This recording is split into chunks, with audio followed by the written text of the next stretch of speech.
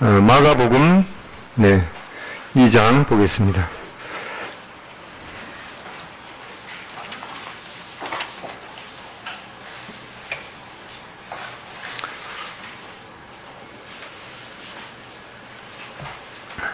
먼저 마가복음 1장 1절을 제가 읽겠습니다. 마가복음 1장 1절 신약성경 53쪽입니다. 마가복음 1장 1절 하나님의 아들 예수 그리스도 복음의 시작이라. 원래 1월 양력 1월 1일부터 성경 읽기 표에 보면은 이제 마가복음을 처음 읽게 됐는데, 혹시라도 마가복음 1장 이제 복음서 중에서 가장 짧은 복음서인데, 혹시 마가복음 전장 1장부터 16장까지 통독하신 것에 좀 실패하신 분은 그 복음서 중에서 가장 길이가 짧은 이 요한복음을 처음부터 끝까지 한번은 통독해 보시는 게 참 좋겠습니다. 우선 이 마가라는 이 사람은 예수님의 12제자 가운데 속한 사람은 아니죠. 근데 이 성경에 구체적으로 나와 있지 않지만은 아마도 이 마가라는 사람은 예수님의 12제자도 있었고 또 70인의 제자들도 있었는데, 아마 그 70인의 제자들 가운데 한 사람일 것이다 라고 이렇게 전해지고 있습니다. 근데 이 마가라는 사람에 대해서 성경에서 좀 찾아보면은 먼저 사도행전 12장입니다. 사도행전 12장.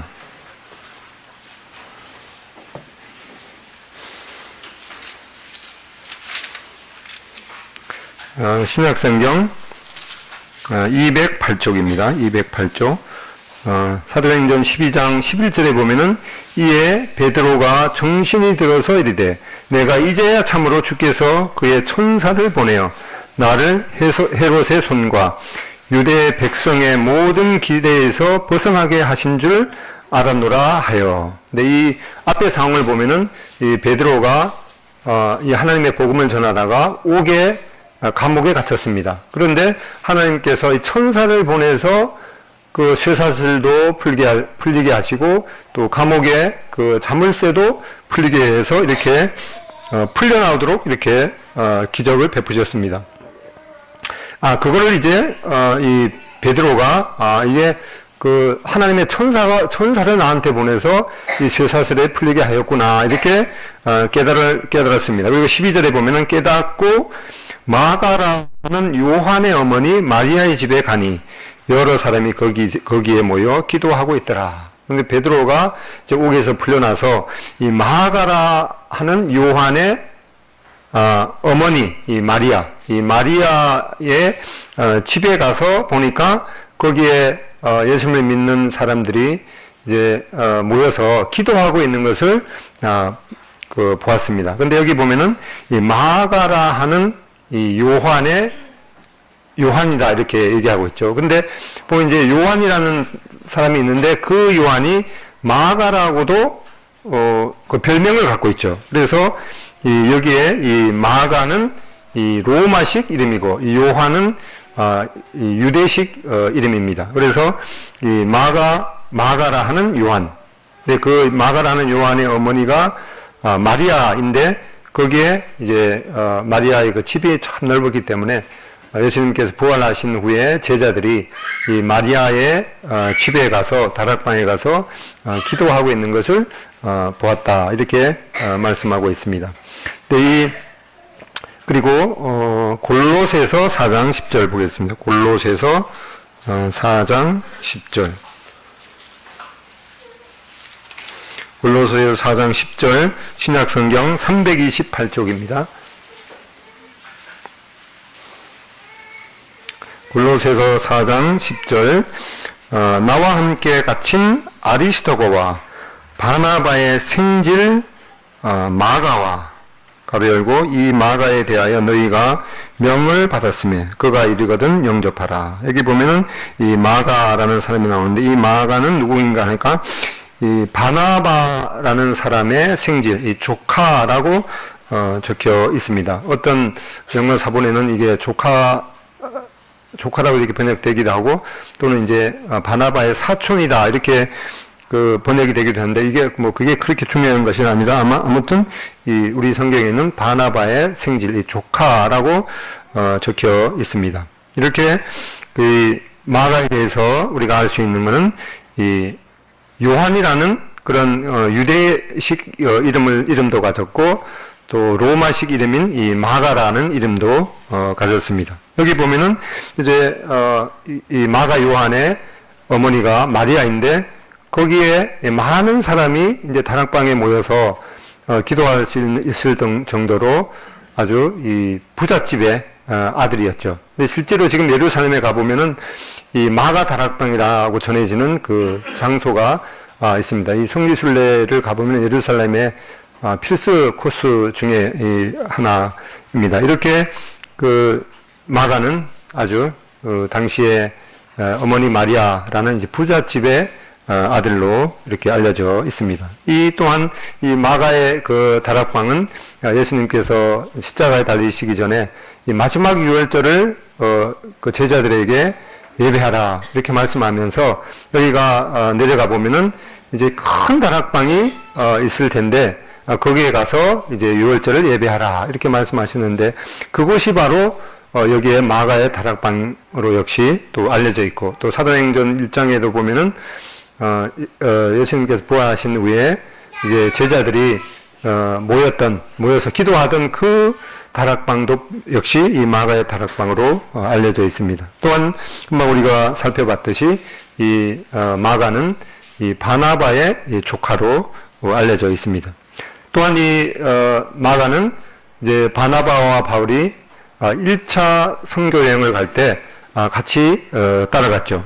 이제 사도행전 12장에 보면 그 내용이 나오는데, 이 무슨 이유로 중도에서 돌아갔는지는 적혀 있지 않지만은 아무튼 이 마가 요한은 사도 바울과 바나바가 1차 선교 여행을 갈 때 같이 따라갔는데, 중간에 무슨 이유인지는 성경에 기록되어 있지 않지만은 도로 중도 하차해서 돌아왔습니다. 그래서 이 성경 여러 구절들을 이렇게 상황을 살펴볼 때 이제 성경학자들이 생각하기를, 아마도 이 마가 요한은 이 어머니가 이제 부잣집이었기 때문에 말하자면 이제 고생을 모르고 자라왔던 그런 시절이 있었기 때문에 선교여행 그 당시에 선교여행을 가려면은 큰 산맥도 이렇게 넘어야 되고, 또 사막도 지나야 되고, 아마 그런 것들이 자기가 그 토저히 이런 것들은 자기의 힘에 부닥치다, 아마 그래서 돌아갔을 것이다 이렇게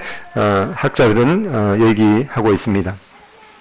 그렇게 해서 이제 바나바와 바울이 2차 전도여행을 이제 갈 때, 그때도 역시 바나바는 비록 1차 전도여행 때 중간에서 돌아가기는 했지만은 그래도 마가를 데리고 가자 이렇게 하니까, 이 사도 바울은 그거 절대로 안 된다 그렇게 하면서 둘이, 바나바와 바울이 그 일로 인해서 이제 다툼이 일어났죠. 그러면서 이제 바울은 바울대로, 또 바나바는 이제 마가를 데리고 두 번째 이제 그 전도 여행을 이렇게 떠났습니다. 그런데 이제 오랜 세월이 지나서는 이 마가 요한은 이제 이 사도 바울의 신실한 또 동역자가 되어 있는 것을 보게 됩니다.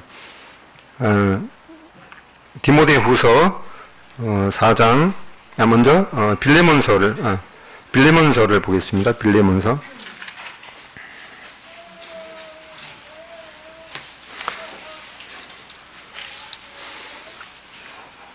빌레몬서 신약성경 352쪽입니다. 352쪽.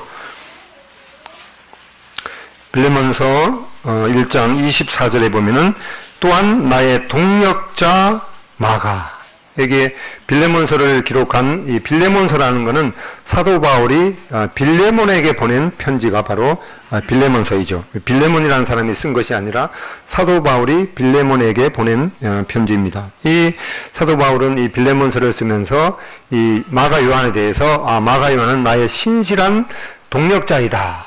이렇게 이 빌레몬서는 후에 사도 바울이 감옥에 갇혔을 때 보낸 편지이기 때문에 여기 훨씬 이제 후에 그 내용을 말씀하고 있기 때문에 나중에는 이 마가 요한이 사도 바울의 아주 훌륭한 동역자가 되어 있는 것을 여기에 보게 됩니다. 그 다음에 디모데후서 4장 보겠습니다. 약간 앞으로 넘기시면은 4장 디모데후서 4장 11절. 디모데후서 4장 11절 신약성경 346쪽에 있습니다. 디모데후서 4장 11절에 보면은 누가만 나와 함께 있느니라. 너가 올 때에 마가를 데리고 오라. 그가 나의 일에 유익하니라.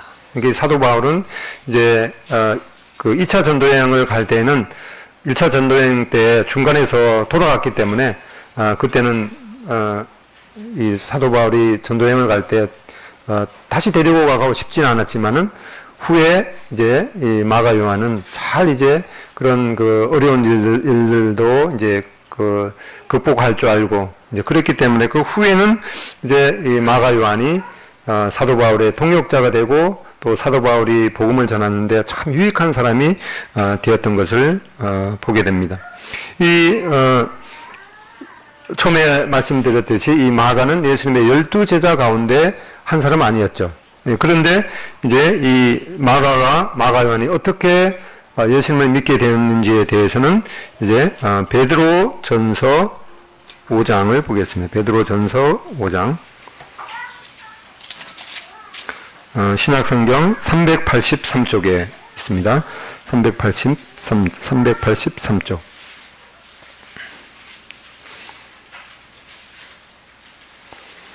383쪽 베드로전서 5장 13절에 보면은 함께 택하심을 받은 바벨론에 있는 교회가 너희에게 문안하고 내 아들 마가도 그리하느니라. 이 베드로 전서를 통해서 베드로는 이 베드로 전서를 기록하면서 이 마가는 나의 아들이다 이렇게 말씀하고 있는데 육신의 아버지가 아니라 바로 이 마가가 이 베드로의 전도를 통해서 믿음을 갖고 이제 하나님의 아들이 되었기 때문에 이 베드로는 마가를 가리켜서 그는 나의 믿음의 아들이다 이렇게 말씀하고 있습니다. 아까 사도행전 10장에서도 보게 될 때 그 베드로가 옥에서 풀려나서 이 마가 요한의 집이죠. 마가 요한의 어머니 마리아의 집에 갔던 것처럼 이 마가 요한은 베드로와 아주 가깝게 이렇게 지냈던 것을 보게 됩니다. 그렇게 해서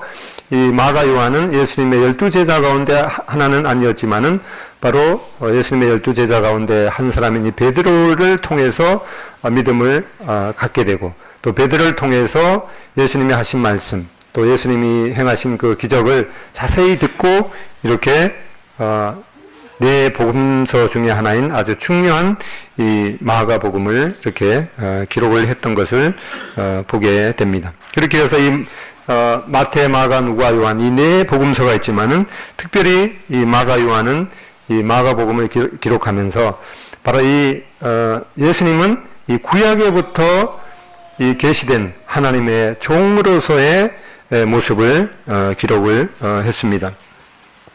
구약에 계시된 예수님에 대해서 살펴보면 스가랴서 3장 8절입니다.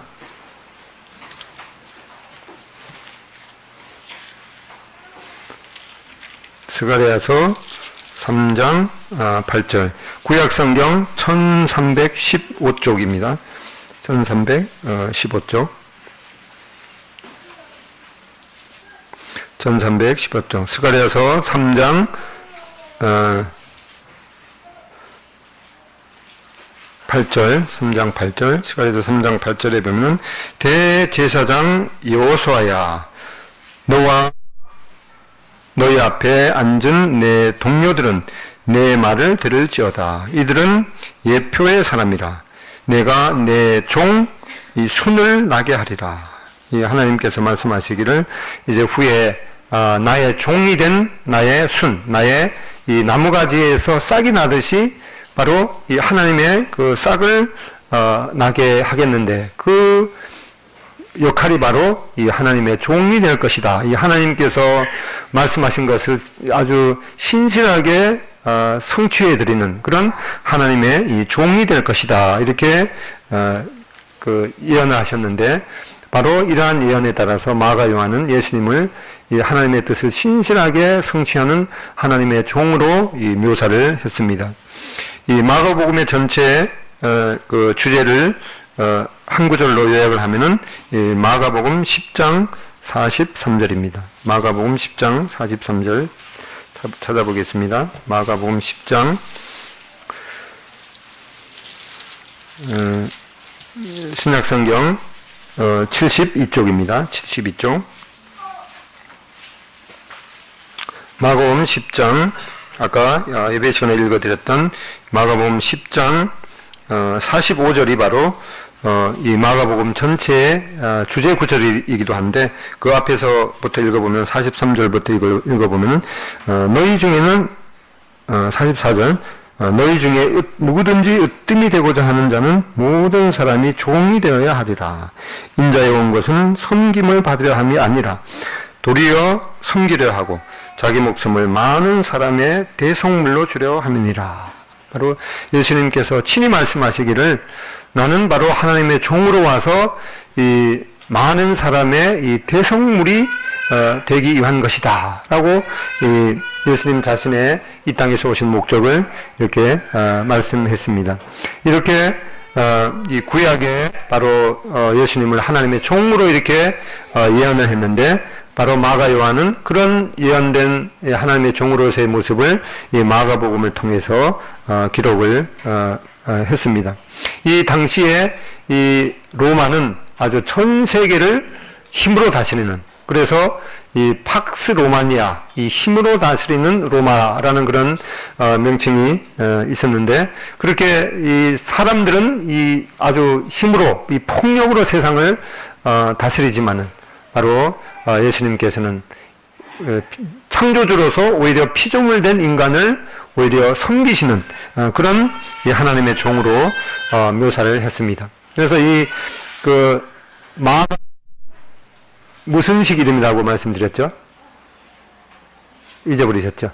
마가는 로마식 이름, 그 다음에 요한은 유대식 이름입니다. 그래서 이 로마인에게 다가가려면은 그들의 그 이름으로 이렇게 다가가는 것이 좋겠죠. 그래서 특별히 이 마가복음은 그 힘으로 다스리는 그 로마인들을 위해서 특별히 기록된 복음서이기 때문에 이렇게 마가라는 그 이름을 이렇게 사용하고 있습니다.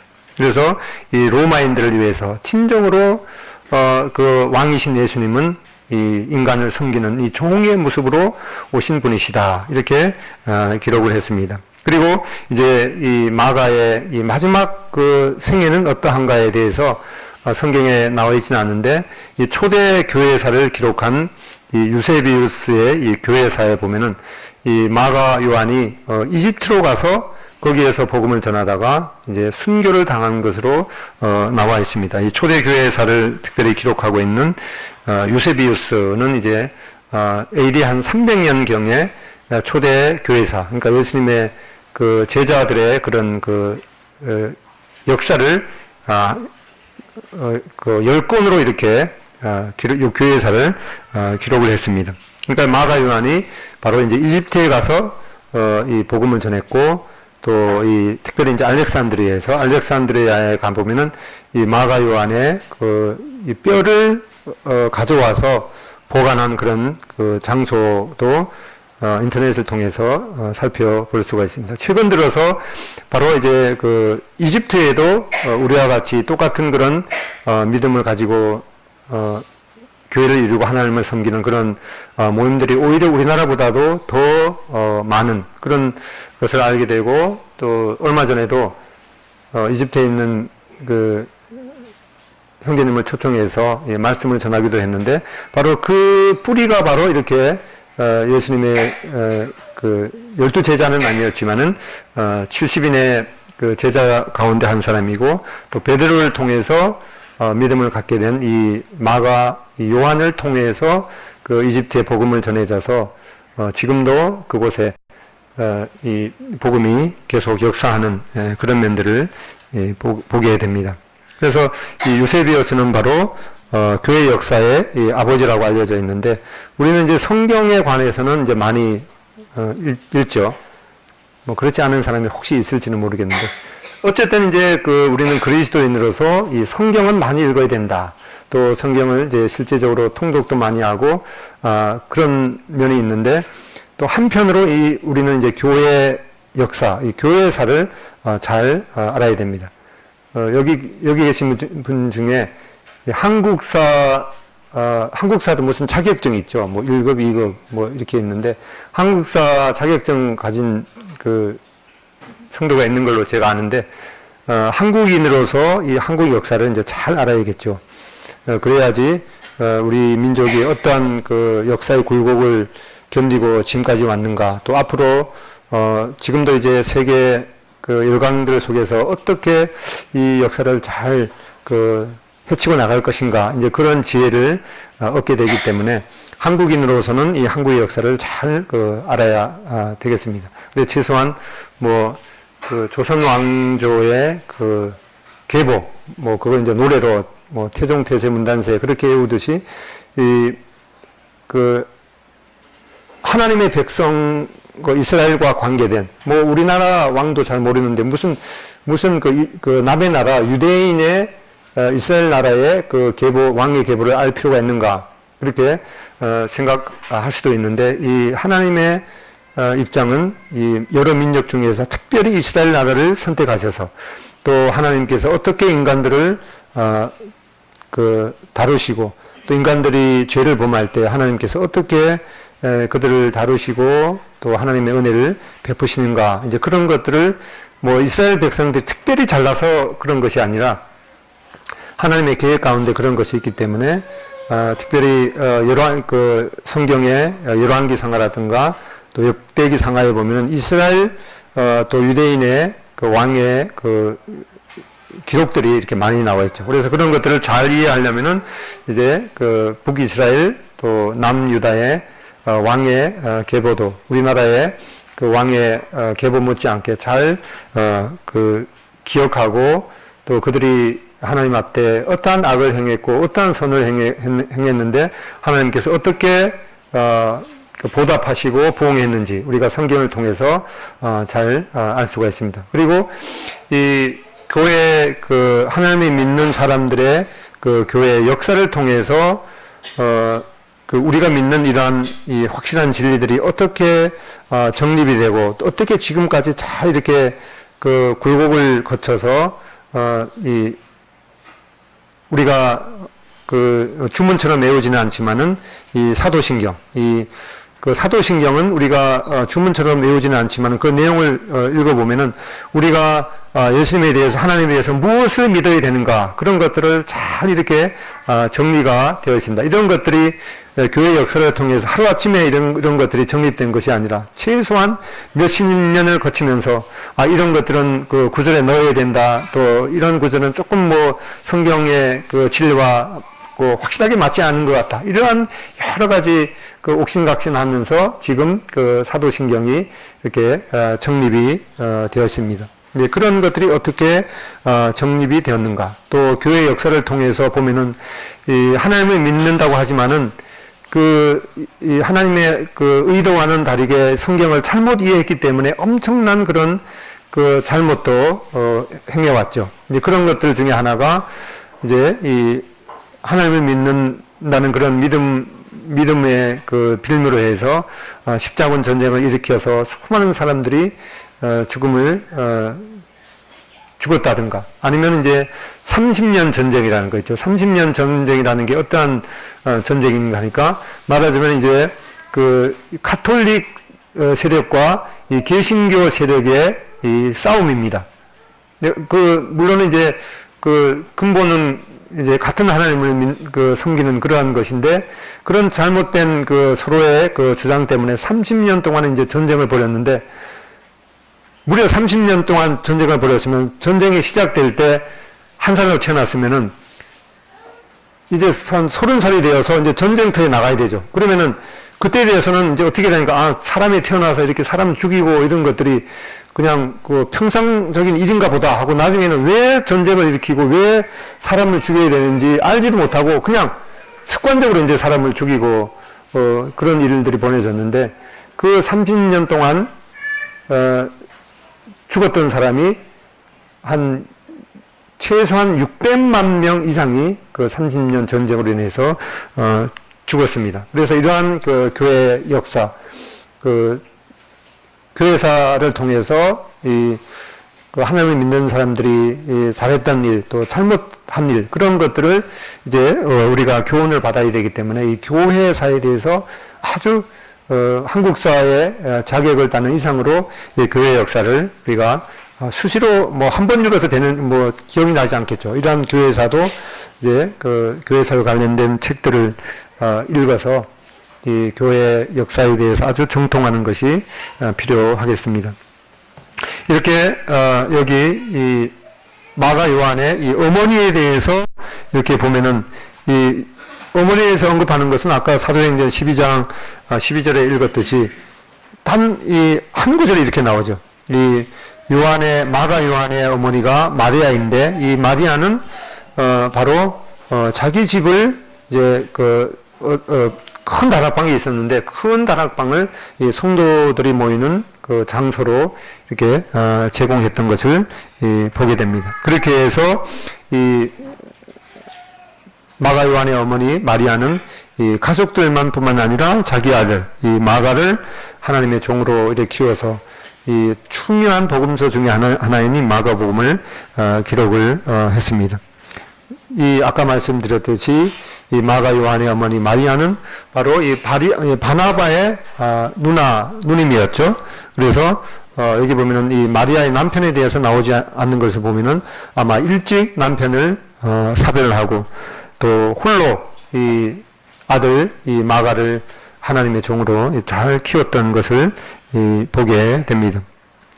이렇게 경건한 마리아는 자신의 소유를 하나님 앞에 드려서 또 집을 개방하고 또 예수님께서 마지막 유월절을 준비하실 때 또 자기 집을 개방했던 이렇게 해서 결국 초대 예루살렘 교회가 탄생하게 되는 것은 바로 이 마가 요한의 어머니 마리아의 그 집을 개방해서 가정교회로 모이는 것에서부터 이렇게 시작되었던 것을 보게 됩니다. 뿐만 아니라 사도행전 12장에 보면 이제 베드로가 옥에서 풀려나서 그 마가 요한의 어머니 마리아의 집에 가니까 이 로데라는 이 여자 하인이 나왔죠. 바로 이 여자 하인도 베드로를 보고 참 이렇게 반긴 것처럼 이 마가 요한의 어머니 마리아는 자기 가족들뿐만 아니라 또 집에 있는 모든 하인들도 믿음으로 인도한 아주 훌륭한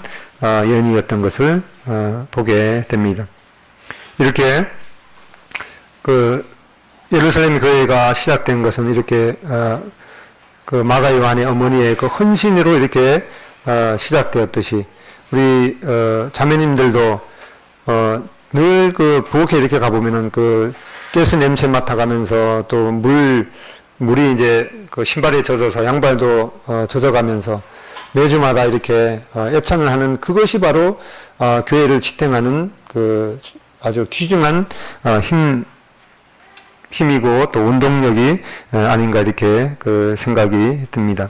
그래서 이 마가 요한의 어머니 마리아도 가정을 이렇게 개방했듯이 우리 교회의 이 가정 모임도 뭐 이렇게 뭐 매달은 뭐 모일 형편이 안 되면은 1년에 한두 번씩이라도 그 구역 식구들을 이렇게 한 자리에 모일 수 있는 그런 그 집을 개방해서 성도들이 주님을 더욱더 그 확실한 믿음을 가지게 하고 또 주변에 있는 믿지 않은 이웃들도 이 교제를 할 수 있는 그런 장소를 제공해서 하나님 앞에 기쁨이 되었으면 참 좋겠습니다.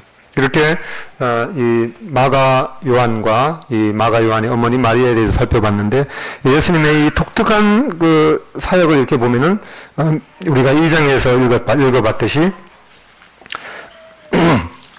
마가복음 2장에 이제 다시 돌아와 보겠습니다.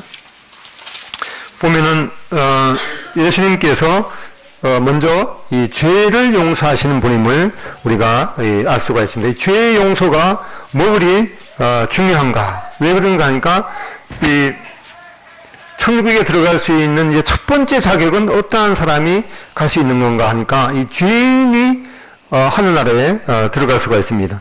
왜 그런가 하니까 마가복음 2장 17절에 보면은 예수께서 들으시고 저에게 이르시되 건강한 자에게는 의인은 쓸데없고 병든 자에게라야 쓸데있느니라.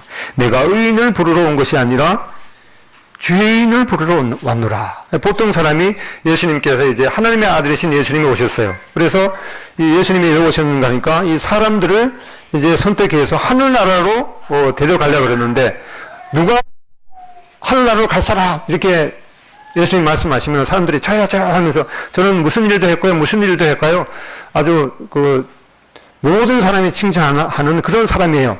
그런 사람이 갈 수 있는 걸로 생각을 합니다.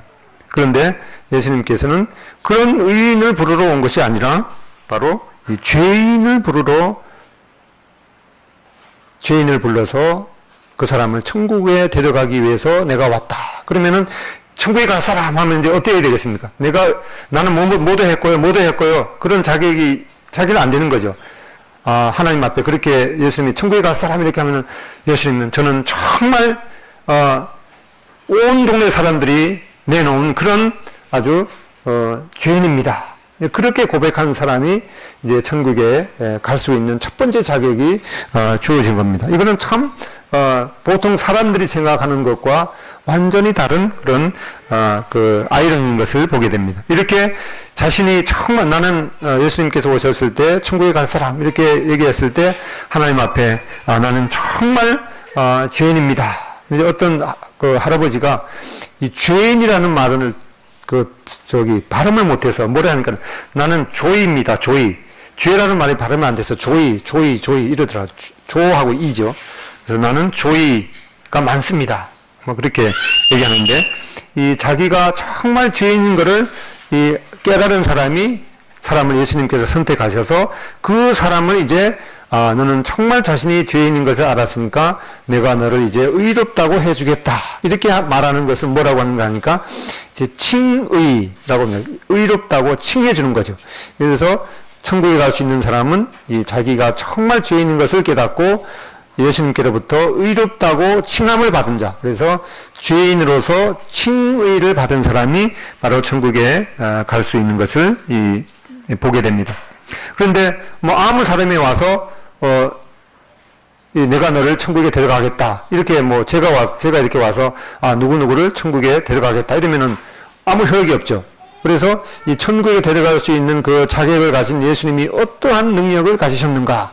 그걸 이제 마가복음 1장의 앞에서 기록을 해 주고 있습니다. 1장 24절에부터 보면은 예수님께서 귀신을 쫓아내신 분입니다. 이 귀신들도 예수님을 딱 보면은 24절에 보면은 나사렛 예수여 우리가 당신과 무슨 상관이 있습니까? 우리를 멸하러 왔나이까? 나는 당신이 누구인 줄 아노니 하나님의 거룩한 자입니다. 이 귀신 들린 사람이 예수님을 보고 예수님은 정말 하나님의 거룩한 자입니다. 바로 예수님은 하나님의 아들이십니다. 이렇게 고백을 했습니다. 그런데 이 귀신 들린 사람도 예수님을 알아보는데 멀쩡한 정신을 가진 우리가 예수님을 누구인지 알아보지 못한다고 하면은 이 귀신 들린 정신 나간 사람보다도 바로 못한 것을 볼 수가 있습니다. 그 다음에 이제 30절부터 보면은 이제 베드로의 이 장모님이죠. 30절부터는 시몬 베드로의 이 장모가 이 열병은 이제 뭐 그냥 감기 정도가 아니라 이제는 뭐 죽을 정도로 그런 열병이 걸렸는데 그런 열병이 걸린 베드로의 장모를 손을 잡아서 일으키니까 바로 그 베드로의 장모님의 열병이 떠나갔습니다. 이렇게 능력을 보이신 분이죠. 그 다음에 1장 40절부터 보면은 이제 문둥병자, 이 문둥병자는 바로 자기 손가락이나 발가락이나 코가 떨어져 나가도 전혀 뭐 아픔도 모르는 이 신경이 죽는 그런 아주 무서운 그런 병인데, 이런 문둥병자에게도 이제 말씀으로 내가 나았느니라 이렇게 말씀하니까 낫게 되었는, 이런 놀라운 능력을 가지신 분입니다. 그 다음에 2장에 이제 아까 읽었듯이 2장에 보면은 여기에 이제 중풍병 걸린 이 사람이 있었는데, 이 사람이 중풍병 걸려갖고 아주 심해서 사지가 마비되는 거죠. 그래서 걷지도 못하고 누워있는 이러한 중풍병자를 이제 그 친구들이 어떻게 해서든 놀라운 기적을 베푸시는 예수님한테 와서 고침을 받았으면 좋겠다, 이런 마음으로 이 중풍병자를 데려왔습니다. 그런데 이제 5절에 보면은 예수께서 저희의 믿음을 보시고 중풍병자에게 이르시되 소자야 내 죄사함 너의 죄사함을 받았느니라 이렇게 말씀했습니다. 이렇게 놀라운, 1장에서 보았듯이 하나님만이 할 수 있는 이러한 놀라운 능력을 가지신 예수님께서 이 중풍병자에게 너의 죄사함을 받았느니라 이렇게 말하니까, 이제 그 7절에 보면은 사람들이 아니 예수님을 가리켜서 말하면서 아니 저 사람이 누구이길래 죄를 사한다고 말씀하는 건가? 죄를 사한다는 것은 하나님밖에 할 수 없는데 어떻게 자기가 죄를 사한다고 말할 수가 있는가? 이렇게 하면서 이제 그 7절에 보면 참남하다. 이거는 이제 전에 개역 성경에는 참남하다 이렇게 예수님에 대해서 말했습니다. 그래서 이 참남하다는 말이 이제 개역 개정에는 아주 신성 모독을 한 거죠. 바로 예수님께서 자기가 자신이 하나님이라는 것을 선언했기 때문에 주변에 있는 사람들이 예수님이 바로 이 하나님을 모독하는 이 신성 모독을 했다라고 이렇게 하게 됩니다. 그러니까 이제 예수님께서 주변에 있는 사람들에게 물었습니다. 예수님께서 말하기를 내가 질문을 하겠는데 너의 죄가 사하였느니라 이 말을 하고, 이제 중풍병에 걸려서 꼼짝도 못하고 있는 이 중풍병자에게 너의 자리를 가지고 걸어가라, 이 두 가지 말 중에서 어느 것이 더 쉽겠느냐 이렇게 말했습니다. 근데 어느 것이 더 쉽겠습니까? 뭐 둘 다 할 수 있는 거죠. 예, 그런 질문을 하고 나서 이제 10절에 보면 2장 10절에 그러나 인자가 땅에서 죄를 사하는 권세가 있는 줄을 너희로 알게 하려 하노라 하시고 중풍병자에게 말씀하시되 11절 내가 너에게 이르노니 일어나서 내 상을 가지고 걸어가라 이렇게 말했습니다. 예수님께서 이 어느 누구도 할 수 없는 내 죄사함을 받았느니라 이렇게 말하고, 또 꼼짝도 할 수 없는 사지가 마비된 이 중풍병자에게 내 자리를 들고 걸어가라 이렇게 말씀하셨습니다. 그러니까 이제 중풍병자가 예수님의 그 말씀에 순종해서 자리를 이제 자기로 일어나서 자리를 들고 걸어가니까 이제 걸어갔습니다. 이러한 놀라운 기적을 베푸신 것을 보게 됩니다. 그래서 이제 뭐 주변에 보면은 뭐 이 많은 많지는 않죠. 더러는 이제 기적을 베푸는 그런 교회가 있다고 하면은 이 수많은 사람들이 거기에 몰리는 것을 보게 되죠. 그 다리가 저는 사람도 거기 가서 낫다고 하더라. 이렇기도 하고, 심지어는 어떤 사람이, 내가, 완전히 맹인이었는데, 거기 가니까, 눈을 떠서 보게 되었더라. 이런, 또 암에 걸린 사람도, 어떻게 해서, 어디 기도원에 가니까, 낫게 되었더라. 그런 소문이 있으면은, 이제 병에 걸린 사람들은, 이제 본능적으로, 지푸라기라도 잡듯이 거기에 이제 많이 모이는 것을, 보게 되죠. 근데 그런 기적도 이 놀라운 기적이지만은 이 하나님만이 할 수 있는 이 죄 사함을 받는 이 기적은 기적 중에 기적인 것을 보게 됩니다. 그러니까 이 다리가 저는 사람이 이제 어디 기적을 베푸는 그런 장소에 가서 이제 그 다리가 나왔다고 하지만은 결국에 있어서는 백세 전후가 되면은 이제 또다시 이제 힘을 잃고 이제 죽을 수밖에 없죠. 근데 그것을 이제 되돌릴 수는 이제 없는 거죠. 나이가 들어서 죽음을 맞게 되는 그것을 되돌릴 수는 없는 것입니다. 어떤 친구가 제가 이제 하나님 믿는다고 하니까 와갖고 이제 질문을 하더라고요. 이제 나를 이제 저를 놀리기 위해서 하나님께서 전지전능 하시지. 그렇지. 그런데 하나님께서는 뭐든지 만드실 수 있지. 뭐라고 하겠습니까? 그거 당연하지. 그런데 하나님께서 들 수 없는 무거운 돌을 만드실 수 있는가? 어떻겠습니까? 하나님께서 들 수 없는 돌을 만드실 수 있는가? 말이 안 되는 거죠. 근데 그 질문 자체가 이미 틀린 것인데, 그걸 이제 그런 궤변을 늘어 놓는 것이죠. 그거는 이제 하나님께서 뭐든지 만드실 수 있는데, 그러면 네모난 동그라미를 만드실 수 있는가? 그거는 그 질문 자체가 틀린 것인데, 현대에 있는 사람들은 바로 이런 것들을 이제 요구하는 것이죠. 예수님만이 길이요, 예수님만이 진리요, 예수님만이 생명이신데, 그런 배타적인 생각이 어디에 있는가? 바로 네모난 동그라미도 인정하라, 세모난 동그라미도 인정하라 라고 하는 그런 궤변을 늘어놓고 있습니다. 이렇게 바로 이 죄사함을 주는 권세, 또 중풍병자에게 걸어가라 이렇게 말하는 것은 바로 예수님만이 하실 수 있는 것을 보게 됩니다. 그래서 다리가 낫는다든가, 심지어 날 때부터 맹인이었던 이러한 사람들을 이제 어떤 기도원에 가니까 보게 되었더라. 그렇지만은 결국에 있어서는 이제 8, 90 이렇게 되면은 죽음으로 갈 수밖에 없는데, 그것을 이제 되돌릴 수는 없습니다. 왜냐하니까 하니까 그 모든 것에 우선하는, 한 번 주는 것은 사람에게 정하신 것이다. 이것을, 이 하나님의 선언을 되돌릴 수는 없는 것입니다. 그리고 그 후에는 심판이 있으라. 이거는 그 어떤 현실보다도 가장 이 현실적인 그런 문제가 다가오는 것이죠. 이제 저도 모든 사람이 이제 고아가 되는 거죠. 저도 이제 올해 이제 명절을, 새해를 이렇게 생각해 보니까 저도 고아 중에 한 사람이더라고요.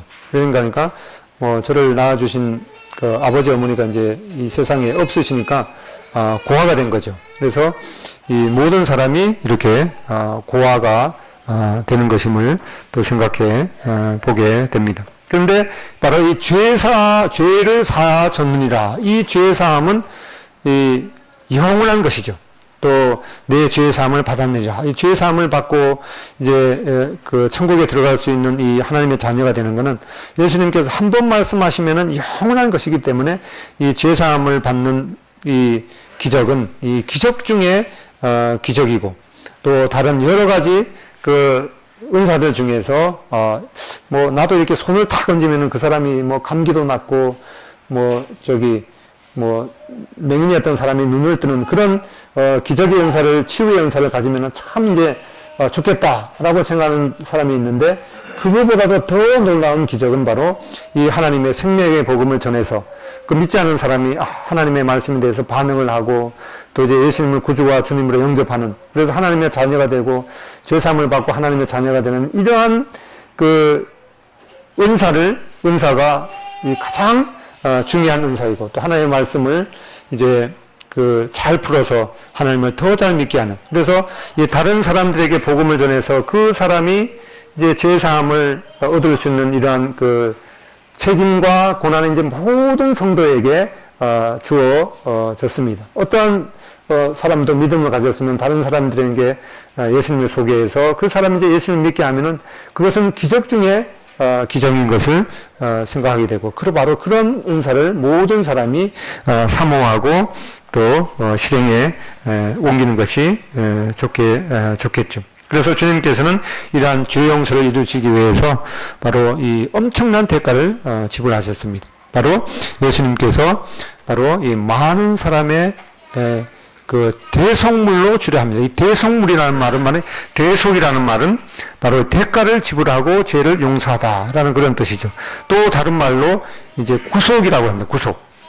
속자는 죄를 용서하는 것인데, 죄를 용서하고 구해주는 것을 바로 구속이라고 합니다. 또 다른 말로 이제 속량이라고 하는데, 속량이라는 말은 대가를 지불하고 양민, 하나님의 백성이 되게 하는 것을 바로 속량이라고 하는데, 바로 우리가 지옥에 갈 수밖에 없는데 예수님께서는 우리의 죄에 대한 대가, 이 핏값을 지불하고 우리를 구해 주시고 또 우리 죄를 용서해 주신 것을 보게 됩니다.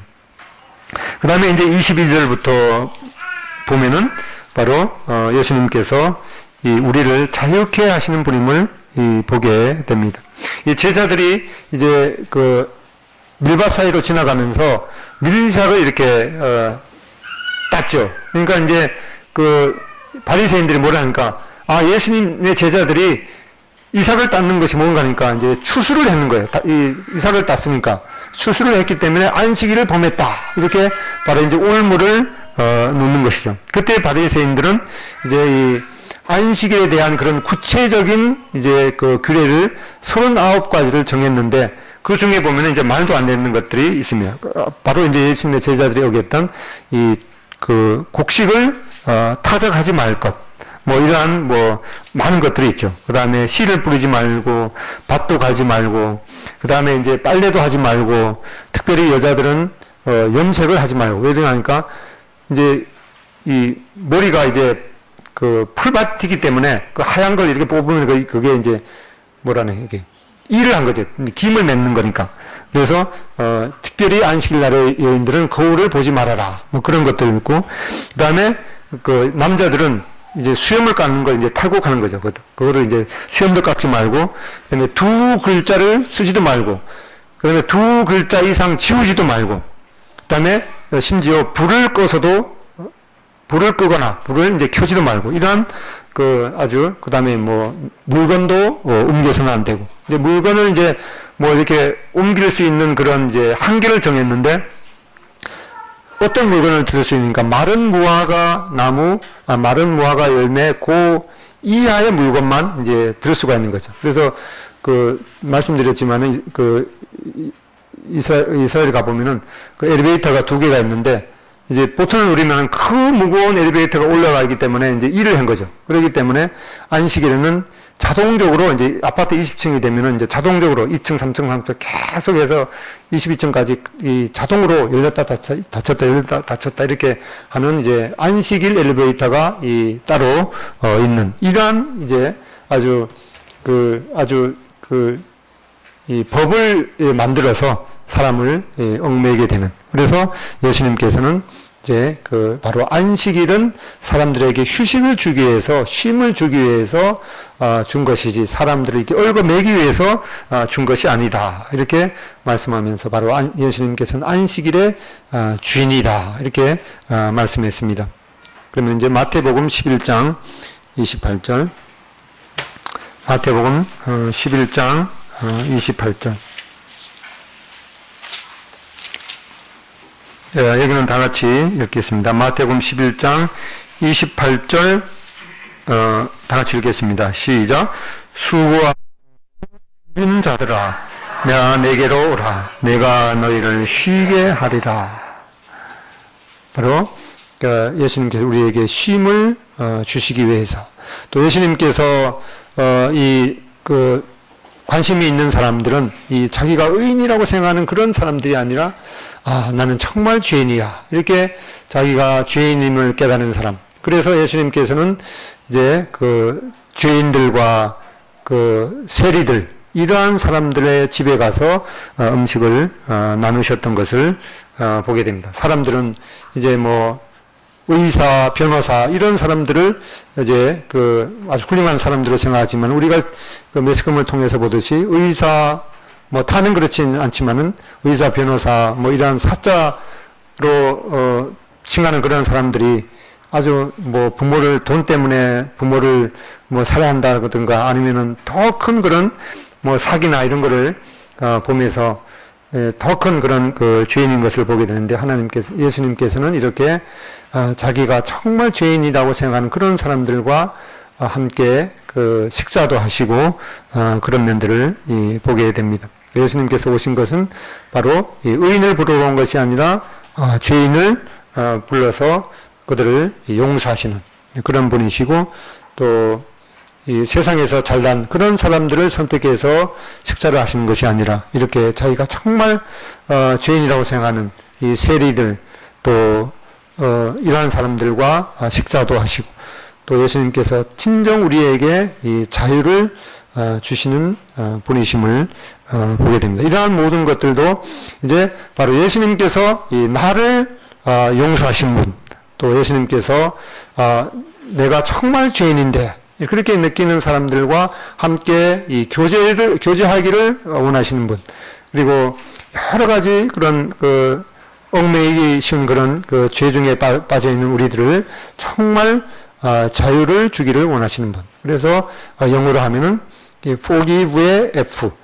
fellowship의 F, 그 다음에 free의 F, 이 3F를 원하시는 분임을 생각하게 됩니다. 기도하고 마치겠습니다.